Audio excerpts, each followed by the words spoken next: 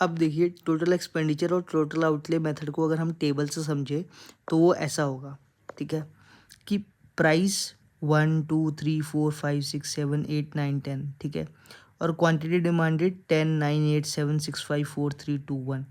अब जैसे जैसे प्राइस बढ़ रहा है वैसे वैसे क्वांटिटी डिमांड घट रही है। ये क्या दिखा रहा है? लॉ ऑफ डिमांड दिखा रहा है कि जब एक प्राइस था तो वो 10 यूनिट कंज्यूम कर रहा था, जब 10 प्राइस हो गया तो 1 यूनिट वो कंज्यूम कर रहा है। तो इसका मतलब ये लॉ ऑफ डिमांड यहाँ पे चल रहा है, ठीक है। और टोटल एक्सपेंडिचर क्या हो रहा है?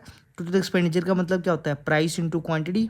ये प्राइस है, ये क्वांटिटी है। 1 × 10 10, 2 × 9 18, 3 × 8 24, ठीक है, 4 × 7 28, ठीक है, 5 × 6 30, ठीक है, 7 × 4 28, 8 × 3 24, 9 × 2 18 एंड 10 × 1 10, ठीक है। तो इसमें क्या दिखा रहा है? ये दिखा रहा है कि नेचर क्या है प्राइस लेस डिमांड का। 10 से 28 30 तक जो टोटल एक्सपेंडिचर है वो इंक्रीज हो रहा है 10 to 30 तक, मतलब फ्रॉम यूनिट 1, मतलब जब प्राइस 1 था टिल प्राइस 5 तक, ठीक है। तो इसमें क्या दिखा रहा है? ये दिखा रहा है कि जैसे जैसे प्राइस राइज हुआ है वैसे वैसे टोटल एक्सपेंडिचर भी राइज हुआ है, ठीक है। लेकिन 5 to 6 में क्या दिखा रहा है कि 30 से 30 हो गया एक्सपेंडिचर, मतलब एक्सपेंडिचर सेम ही रहा, ठीक है। प्राइस भले ही बढ़ गया, 5 से 6 हो गया, लेकिन टोटल एक्सपेंडिचर सेम रहा। तो यहाँ पे price last to demand equal to 1 है।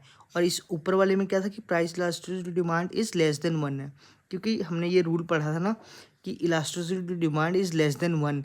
तो उसमें क्या होता है कि अगर फॉल हुआ है प्राइस या राइज हुआ है प्राइस, टोटल एक्सपेंडिचर जो है वो फॉल हो जाएगा अगर फॉल हुआ है प्राइस, और अगर राइज हुआ है प्राइस तो टोटल एक्सपेंडिचर राइज हो जाएगा। तो इसमें देखिए प्राइस राइज हो रहा है, इस वाली में इस वाली में अगर मैं बताऊं तो प्राइस राइज हो रहा है, उससे टोटल एक्सपेंडिचर में भी राइज हो रहा है। तो इलास्टिसिटी इज़ लेस देन 1। यहाँ पे प्राइस इंक्रीज हो रहा है लेकिन टोटल एक्सपेंडिचर सेम है, तो इलास्टिसिटी इक्वल टू 1। और यहाँ पे प्राइस इंक्रीज हो रहा है, 7 8 9 10 चला गया, लेकिन टोटल एक्सपेंडिचर डिक्रीज हो रहा है, 28 से 24, 24 से 18, 18 से 10। तो क्या होगा?